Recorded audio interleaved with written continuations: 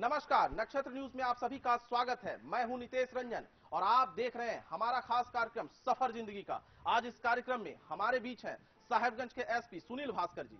हम इनसे बातचीत करेंगे, इनके दिलों को टटोलेंगे। सफर कैसा रहा, जिंदगी कैसे गुजारी, वैवाहिक जीवन कैसा है, इन तमाम चीजों पर टटोलेंगे। लेकिन सबसे पहले आपका इस कार्यक्रम में स्वागत है सुनील जी। धन्यवाद। सुनील जी, जन्म कहाँ हुआ? मेरा जन्म पलामू में हुआ है जी।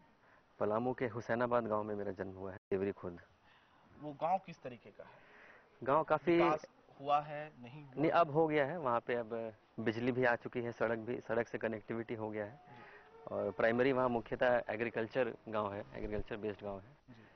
तो विकास हो रहा है। अच्छा, ये बताइए कि जिस तरीके से वहाँ पर जन्म हुआ, पिता क्या करते थे?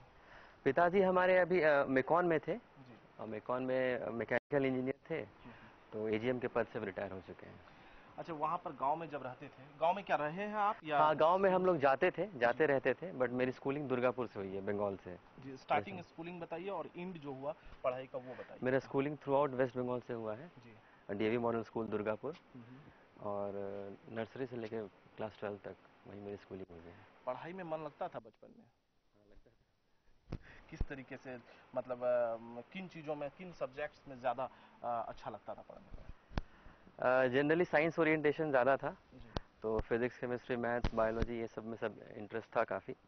और इसके साथ साथ स्पोर्ट्स में भी हम लोग को काफ़ी इंटरेस्ट था। जी। तो जो स्कूल की टीम थी, क्रिकेट टीम थी, फुटबॉल, उसका मैं मेंबर था। काफ़ी अच्छा लगता था उस समय खेलते। क्रिकेट खेलना आता है? हाँ, क्रिकेट भी खेलते थे, फुटबॉल भी खेलते थे। ये शौक कभी नहीं गया कि यार क्रिकेट खेल के सचिन बन जाए? नहीं, ज़्यादा ओरिएंटेशन पढ़ाई की तरफ था कि स्पोर्ट्स में करियर नहीं दिखता था उस समय। जी। हालांकि अब काफ़ी एवेन्यूज़ हैं बच्चों के पास। हम्म। और घर में इस तरह का माहौल था कि पढ़ाई पे ज़्यादा फोकस था। घर में कितने लोग, कितने भाई बहन आप लोग? हम लोग 3 भाई हैं। जी। और मम्मी पापा, घर में 5 वे लोग लोग थे। क्या करते हैं? सबसे बड़े भैया जो हैं वो हैं बीएसएनएल में एसडीओ हैं। हम्म। और बीच वाले भैया जो हैं अभी वो 5 साल लंदन में रहे, इन्फोसिस में। हम्म। अभी वो बॉम्बे में सेटल हो गए हैं, वाइस प्रेसिडेंट हैं सोडेक्सो कंपनी में। अच्छा, पलामू हुसैनाबाद के आप रहने वाले हैं। वो इलाका अगर आप देखें तो नक्सल प्रभावित इलाका माना जाता है। जी।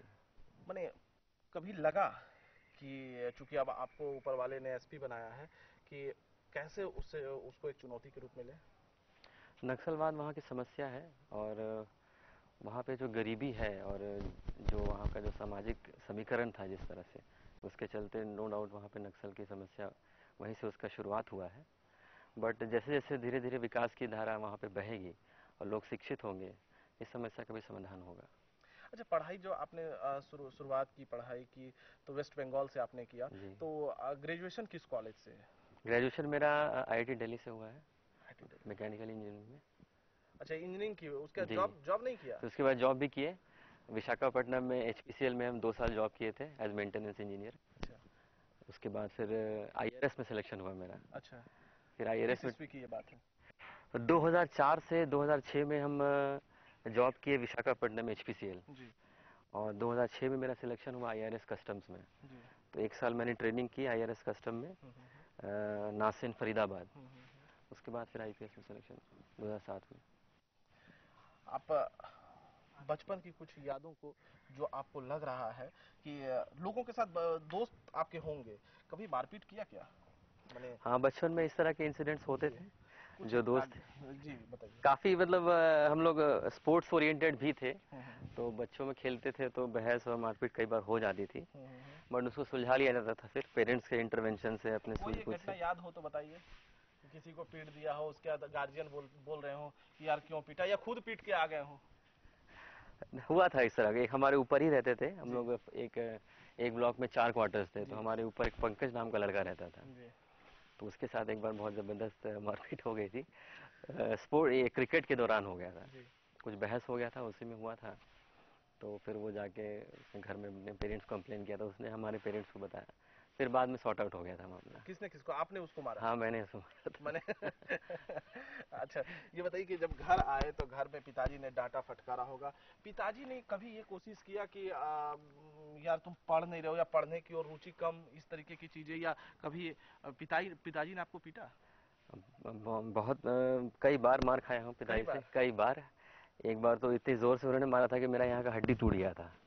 तो मुझे एक महीने तक, 1.5 महीने तक ऐसे ही में रहा, मेरा हाथ बैंडेज में था। उनको बहुत गुस्सा आता था, बट वो मतलब लगता है कि वो सही था। मार की वजह क्या थी? हड्डी तोड़ दिया अगर? वो पढ़ाई के दौरान ही हुआ था। अच्छा। कुछ समझ में नहीं आ रहा था, बार बार समझा रहे थे तो मुझे समझ में नहीं आ रहा था, तो उन्होंने कहा कि सॉल्व करके दो, तो गुस्से में उन्होंने मार दिया था। उनको नहीं पता कहाँ लगा, कैसे लग गया। फिर बाद में देखा कि मेरा हाथ नहीं उठ रहा है, मुझे महसूस हुआ। फिर माँ को बोला कि देखिए हाथ ही नहीं उठ रहा है मेरा। उसके बाद फिर पापा आए, उन्होंने देखा ऐसा हुआ, तो फिर ये डॉक्टर। किस क्लास की बात है? किस क्लास में उस वक्त आप होंगे? मैं उस समय क्लास 4 में हूँगा। क्लास चौथी क्लास में? हाँ, 4 या 5 में, इस तरह से। माँ ने क्या किया फिर हम लोग अगले दिन डॉक्टर के पास ले गए, तो उसने बोला कि यहाँ पे आपका क्रैक हो गया है। तो उसके बाद फिर बैंडेज में आया। फिर फादर ही हमको ले गए अगले दिन, किसी होटल में ले गए, उन्होंने ये कुछ मिठाई खिलाया था। मैंने मार के बाद मिठाई। नहीं तो आपको आज ये एहसास हो रहा है कि नहीं, अगर वो पिटाई हमने खाई तो आज हम कुछ बने हैं? बिल्कुल बिल्कुल, मैं इस बात को मानता हूँ कि कुछ भी अगर आपको अचीव करना है लाइफ में, तो हार्डशिप से होकर गुजरना पड़ता है। तो वो तरह से वो एक हार्डशिप फेस था, जो हमारे फादर ने, हमारे मदर ने, वो हम लोगों के लिए वो माहौल दिया, एनवायरनमेंट दिया, वो ओरिएंटेशन दिया। अच्छा, आप बंगाल में रहते थे, वहाँ के कल्चर्स को से भली भांति वाकिफ होंगे। वहाँ और पलामू, हुसैनाबाद, अंतर क्या नजर आया? बहुत अंतर है, बहुत ज़्यादा अंतर है। वो दुर्गापुर जो है वो बेसिकली सेल का एक टाउनशिप है, सिटी है, वो काफ़ी डेवलप्ड है, वो इंडस्ट्रियल टाउनशिप है। और कल्चरली भी देखिएगा तो बंगाल बहुत ज़्यादा रिच है। वहाँ जो इस प्रकार से दुर्गा पूजा को सेलिब्रेट किया जाता है, काली पूजा सेलिब्रेट किया जाता है, वो मतलब एक तरह से लगता है कि एक मेला का उत्सव जैसा रहता है। तो धीरे धीरे वो कल्चर यहाँ भी हम देख रहे हैं, बट यहाँ का कल्चर अलग है, वहाँ का ओरिएंटेशन कल्चर अलग है। वहाँ ज्यादा मजा आता था? हाँ, वहाँ क्योंकि हम लोग थ्रू आउट वहाँ पे पढ़ाई लिखाई किए, वहीं पे पढ़े लिखे, तो हम, फादर की पोस्टिंग वहीं? हाँ हाँ हाँ, तो हम लोग मतलब दुर्गापुर कल्चर बहुत अच्छा लगा। और मतलब देखा जाए तो मेरा ज़्यादा ओरिएंटेशन बंगाल की तरफ ही है। मैंने बंगाल की तरफ? जी जी। तो बंगाल चुन क्यों नहीं लिया? मैंने, क्योंकि मेरा होम स्टेट है। अच्छा। और उसमें ऑप्शन रहता है कि आपको होम स्टेट जाना है कि नहीं, तो मैंने यस किया था कि हाँ, मैं यहाँ जाना चाहूँगा। अभी रुकेंगे एक छोटे से ब्रेक के लिए। ब्रेक के बाद जब वापस आएंगे तो बातें जारी रहेंगी। अब जानेंगे इनसे कि शादीशुदा जिंदगी सहित जो पुलिस विभाग की नौकरी इनको मिली, उसमें कितनी मेहनत लगी। रुकते हैं एक छोटे से ब्रेक के लिए।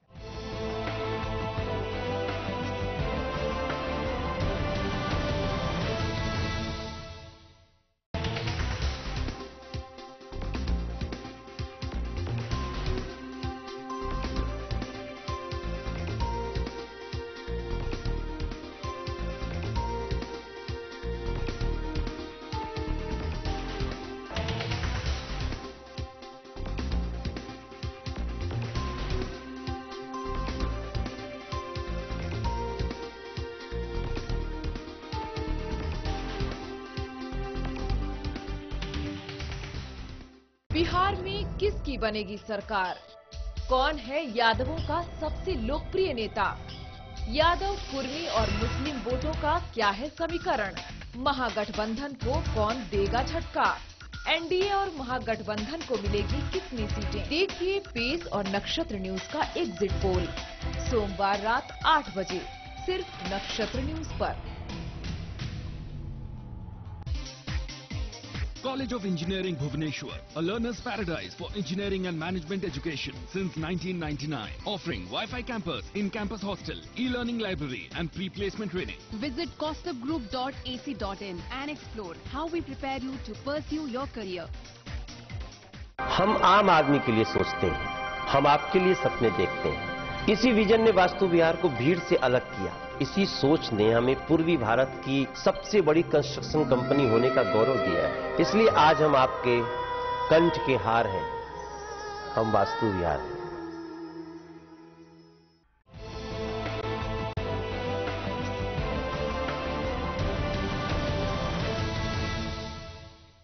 ब्रेक के बाद एक बार फिर आप सभी का स्वागत है सफर जिंदगी का में। एसपी साहब हमारे साथ बने हुए हैं। सुनील जी, खेल में भी आपकी रुचि थी, ऐसा कोई खेल जिसने आपको एक नाम दिया हो, पहचान दिया हो, वैसा कोई खेल? जैसे आउटडोर में मैंने बताया कि फुटबॉल और क्रिकेट में इंटरेस्ट था मेरा, खेलता था। और इंडोर में टेबल टेनिस मैंने खेलना शुरू किया था। तो धीरे धीरे मैंने देखा कि काफ़ी उसमें इम्प्रूवमेंट आया मेरे खेल में। तो उसी दौरान जब हम लोगों का सिलेक्शन हुआ था आईपीएस के लिए, और फिर जब फाउंडेशन कोर्स किया हम लोगों ने, स्पेशल फाउंडेशन कोर्स नरोना में, तो वहाँ पे जो चैंपियनशिप ऑर्गेनाइज होता है, हर स्पोर्ट्स एक्टिविटीज़ का वहाँ पे एक कंपटीशन होता है ट्रेनिंग के एंड में, तो उस कंपटीशन में मेरा पोजीशन फर्स्ट था। अच्छा, वहाँ पर मतलब पहला पोजीशन? जी, फर्स्ट पोजीशन था मेरा वहाँ पे। अच्छा, जब आपने इंजीनियरिंग कंप्लीट किया, आईआईटी कंप्लीट किया, उस वक्त क्या लगा था आपको अंदर से कि भाई कंप्लीट कर पाऊंगा? और पहले चांस में किया, कितने चांस में किया? ये 2000 की बात है, 2000 में ही मैंने 12th पास किया था जी। और उसी साल मेरा सिलेक्शन हुआ था आईआईटी में। हालांकि उस समय जो पेपर आया था बहुत टफ था वो, जी। तो बहुत कहना मुश्किल था कि एकदम हो ही जाएगा, बड़ी ईश्वर की कृपा से सिलेक्शन हो गया, मुझे मैकेनिकल ब्रांच मिला। अच्छा, उस वक्त घर का माहौल कैसा था? घर में सब लोग काफ़ी टेंस थे, और फादर ने मेरे कहा था कि आप आईआईटी दीजिए, रुड़की दीजिए और बीआईटी दीजिए, तो बीआईटी का मैं एग्ज़ाम भी नहीं दे पाया था, तो बस आईआईटी और रुड़की दिया था मैंने उस समय, क्योंकि रुड़की उस समय अलग एग्ज़ाम हुआ करता था। तो फॉर्चुनेटली भगवान की कृपा से दोनों में सिलेक्शन हो गया था। बीआईटी के एग्जाम नहीं देने की कोई वजह? फादर ने कहा कि इन दोनों में से तुम्हारा हो जाना चाहिए, वो इतने कॉन्फिडेंट थे। मैंने उनका कॉन्फिडेंट आत्मविश्वास जो है हाँ, हाँ, वो एकदम पूरी तरह से था कि नहीं आप कर ही लोगे। हाँ, हाँ। अच्छा, तो स्टार्टिंग में फादर ने कभी ये कहा था कि यार यूपीएससी का एग्जाम्स भी देना, सिविल सर्विसेज के एग्जाम्स भी देना, उनको इंजीनियरिंग से चाहत थी या इस फील्ड से भी चाहत थी? ये देखिए, जो सिविल सर्विस में आया हूँ उसमें मेरे फादर का बहुत योगदान है जी। और उस तरह का एनवायरनमेंट उन्होंने दिया घर में शुरू से ही। और जनरली जब बिहार झारखंड से लोग आते हैं, बचपन से ही घर में एक माहौल बनाया जाता है कि आपको सिविल सर्विसेज में जाना है, तो उस तरह का एनवायरनमेंट था। मेरे फादर की इच्छा थी कि तीन बच्चे थे, तीनों में से कोई एक सिविल सर्विस में जाए। कितने प्रयास में आपने ये निकाला? ये भी पहला था क्या? ये मेरा दूसरा प्रयास था, पहले में मेरा आईआरएस हुआ था। अच्छा, पहले में आईआरएस हुआ था और दूसरे प्रयास में आपको आईपीएस मिला था। आईपीएस मिला। किन सवालों का सामना करना पड़ा था इंटरव्यू में, खासकर मुख्य रूप से कोई चीज? इंटरव्यू में करंट अफेयर्स से पूछा गया था, तो करंट अफेयर्स के मैंने ऑलमोस्ट सारे क्वेश्चंस के आंसर्स किए थे। और इंटरव्यू बेसिकली वो देखते हैं कि आपका ओरिएंटेशन क्या है, आप किस तरह से जवाब देते हैं, तो ये सारी चीज़ें थी और मैंने कॉन्फिडेंटली काफ़ी जवाब दिया था सारे। आप संतुष्ट थे? आपको लग रहा था कि नहीं इस बार तो? नहीं, मैं इस चीज़ से सेटिस्फाइड था कि मेरा इंटरव्यू अच्छा गया है, और बाकी मेंस का रिटर्न का मैं कॉन्फिडेंट नहीं था कि कितने नंबर आएंगे जी। बट कॉल आया तो उसके बाद था कि अच्छे ही नंबर आएंगे, कट ऑफ क्रॉस करा होगा मैंने। अच्छा, बनना आप आईपीएस ही चाह रहे थे या आईएएस के बीच? मेरा आईएएस फर्स्ट प्रेफरेंस था जी। और आईपीएस सेकंड प्रेफरेंस था, जी। बट जब आईपीएस मेरा सिलेक्शन हो गया तो उसके बाद मैंने आपके इलाके से, आप हुसैनाबाद के बेसिकली रहने वाले हैं, उस इलाके से कितने लोग आज तक अचीव कर पाए हैं? वहाँ से रामेश्वर उरांव सर को मैं जानता हूँ, और उसके बाद एक लड़का और है जिसको कर्नाटका कैडर आईपीएस मिला है। मतलब बहुत कम लोग। बहुत कम। अच्छा, एक चीज बताइए, चूंकि आपसे जान लेता हूँ, लोग झारखंड कैडर ज्यादा नहीं देते। यहाँ के बच्चे इस बार भी जो है, कई ऐसे बच्चे जो साहेबगंज के, मैं बता रहा हूँ आपको, एमपी दे दिया, छत्तीसगढ़ दे दिया, पिछले बार पाकुड़ के थे। इसकी मुख्य वजह?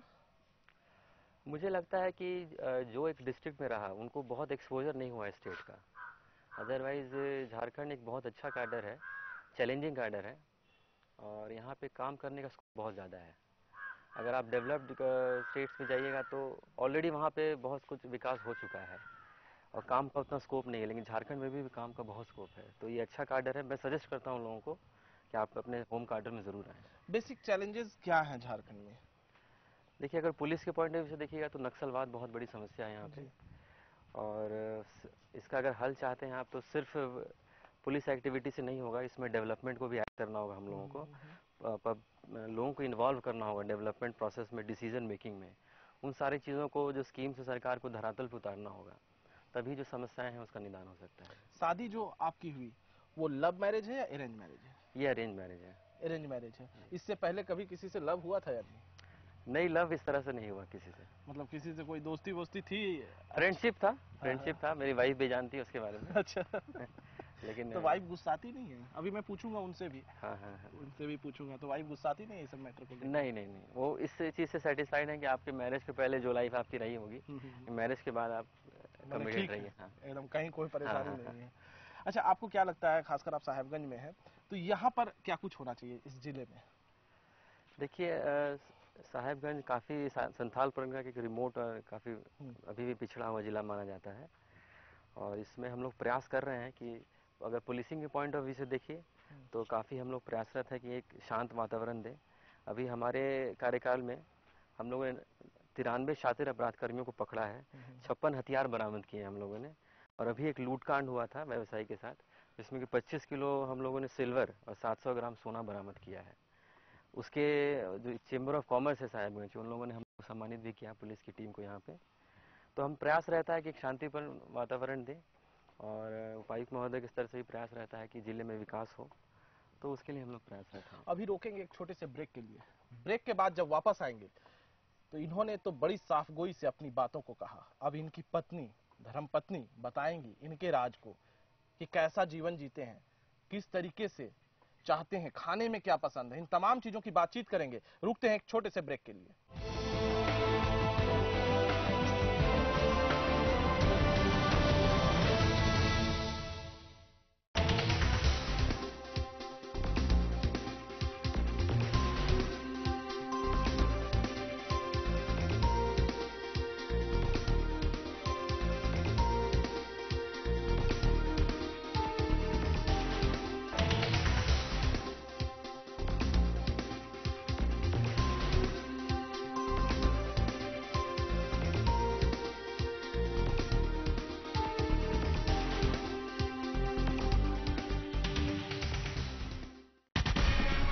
छोटी पार्टियां और निर्दलीय करेंगे महागठबंधन का बंटाधार। 115 से 130 सीटों पर होगा एनडीए का कब्जा। महागठबंधन के पाले में आएगी 90 से 105 सीटें। नीतीश है सबसे लोकप्रिय मुख्यमंत्री, लेकिन बिहार में बनेगी एनडीए की सरकार। क्या है बिहार का चुनावी समीकरण? देखिए पेस और नक्षत्र न्यूज का एग्जिट पोल सोमवार रात 8 बजे सिर्फ नक्षत्र न्यूज पर।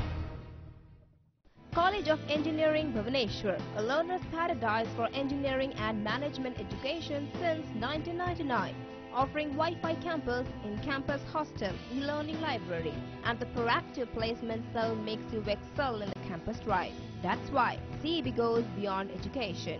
Visit kaustubgroup.ac.in.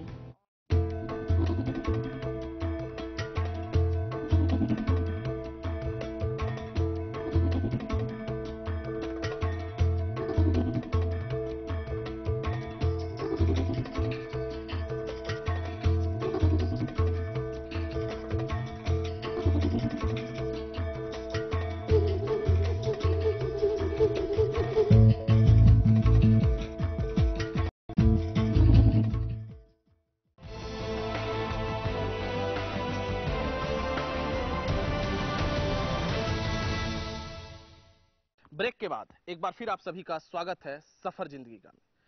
अब इस कार्यक्रम में हमारे बीच हैं दिव्या जी, सुनील भास्कर जी की पत्नी। यही इनके असली राज को बताएंगी कि क्या सही में सही से चलते हैं या रास्ता में थोड़ा सा उलट पुलट कहीं है। किस तरीके का व्यक्तित्व है? मेरे हस्बैंड एक बहुत ही अच्छे इंसान है जी। और मैं अपने आप को बहुत लकी मानती हूँ कि मेरी इनसे शादी हुई है और हम लोग बहुत खुश हैं शादी के बाद। मैंने कहीं कोई झंझट या कहीं कुछ ही नहीं ना? नहीं, एकदम इस तरह की कोई बात नहीं है। मतलब ऐसा नहीं कि सामने है इसलिए तो नहीं बोल रहे हैं? नहीं, मैं पीठ पीछे भी यही बात बोलूंगी।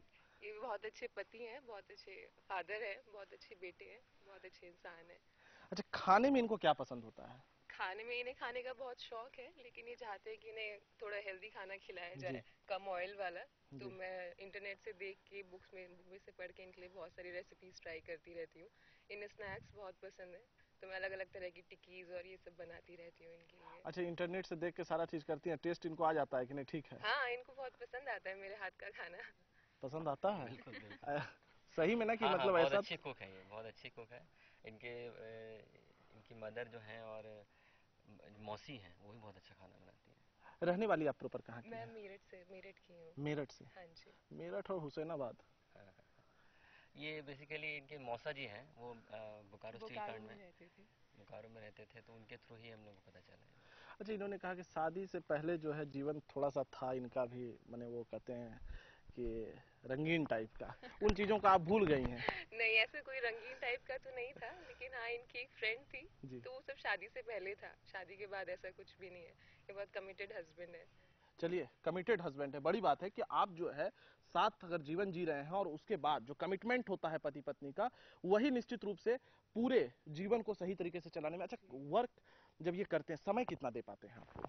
समय की थोड़ी प्रॉब्लम रहती है, घर पे उतना ध्यान नहीं दे पाते हैं, ऑफिस का काम बहुत ज़्यादा रहता है, संडे को भी कई बार होता है कि फ्री नहीं रह पाते हैं। तो स्टार्टिंग में थोड़ा खराब लगता था, लेकिन अब मैंने एडजस्ट कर लिया है। मेरे को पता है कि इनकी जॉब ऐसी है, बहुत टफ जॉब है।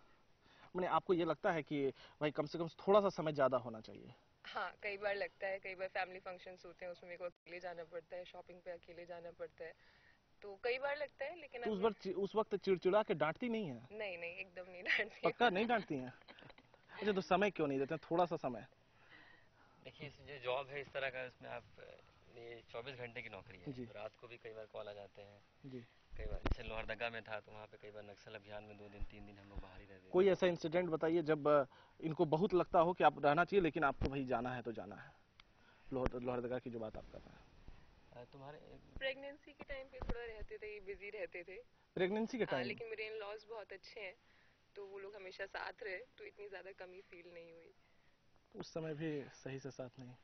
हाँ, वो इनकी पूरी खैर, कोशिश हम भी रहती है। अपनी पत्नी को साथ नहीं दे पाए थे। हमारा बच्चा जो हुआ वो मतलब हम थे भी नहीं और वो हुआ, लेकिन थोड़ा सा समय देना चाहिए। नहीं, इतनी इनकी पूरी कोशिश रहती है कि फैमिली के साथ ज्यादा से ज्यादा टाइम स्पेंड करें। बेटे को भी बहुत प्यार करते हैं, तो जब भी टाइम मिलता है हमें घुमाने भी ले जाते हैं। यहाँ तो सिनेमा हॉल है नहीं। नहीं, सिनेमा कहीं हॉल कभी गए हैं साथ में इनके? हाँ, पहले जब हम लोग जामताड़ा में थे या लोहरदगा में थे, तो हम लोग बहुत मूवीज देखते थे, जब भी इन्हें टाइम मिलता था। तो हम दोनों को मूवीज का शौक है, तो हम लोग इनको किस तरीके की मूवीज का शौक है? इनको एक्शन मूवीज बहुत पसंद है, इंग्लिश मूवीज बहुत पसंद है। रियल लाइफ में एक्शन करना है तो भाई एक्शन मूवी के शौक है। हाँ, कुछ कुछ मूवीज हैं जैसे वो पसंद है। जैसे बताइए एक आध। जैसे कि ग्लैडिएटर मुझे बहुत पसंद है। तो और ये सब जो आपकी आई है, फास्ट एंड फ्यूरियस, ये सब जो ट्रांसफॉर्मर्स, इस टाइप की मूवी इन्हें पसंद है।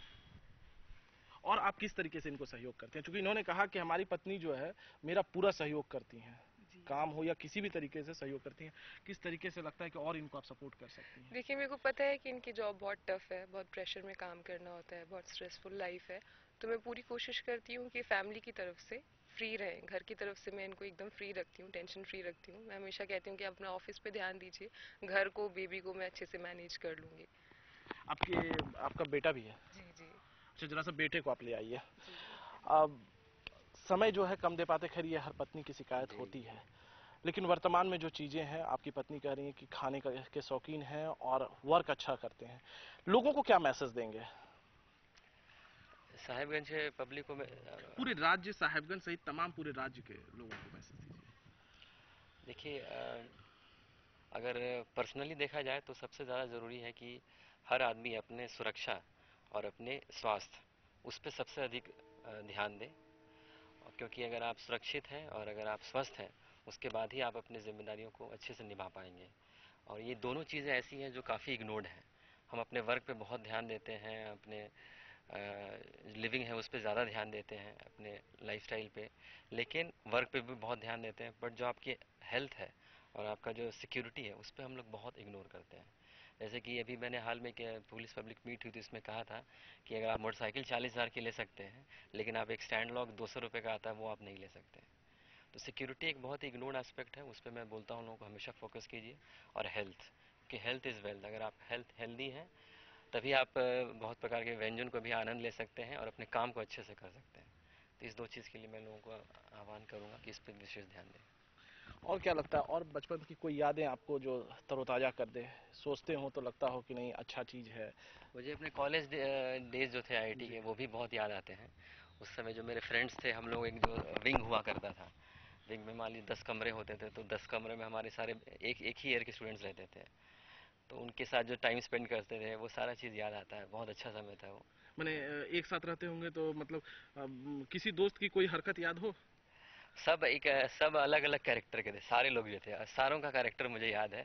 और हम लोग अभी भी टच में हैं और फ़ोन पे बातें होती है। हम लोग कई बार प्लान करते हैं कि एक जगह मिला जाए, लेकिन अभी तक उस तरह से हम लोग मिल नहीं पाए। लेकिन हाँ, कुछ लोग हम लोग भी संपर्क में मिलते भी हैं। अच्छा, आपने बच्चे को समय नहीं दिया, कम से कम अब तो समय दे दीजिए, उसको लीजिए आप। नहीं, आ भी नहीं रहा है, ये क्या है? अभी वो शायद आप लोगों को देख के शर्मा रहा है, वरना अपने पापा को बहुत प्यार करता है। अच्छा, मैंने आता है ना, ऐसा नहीं ना कि वो हाँ, बहुत मैंने खेलता है। इन्होंने कुछ सिखा दिया है कि भाई मत जाना। नहीं नहीं, ऐसा एकदम नहीं है।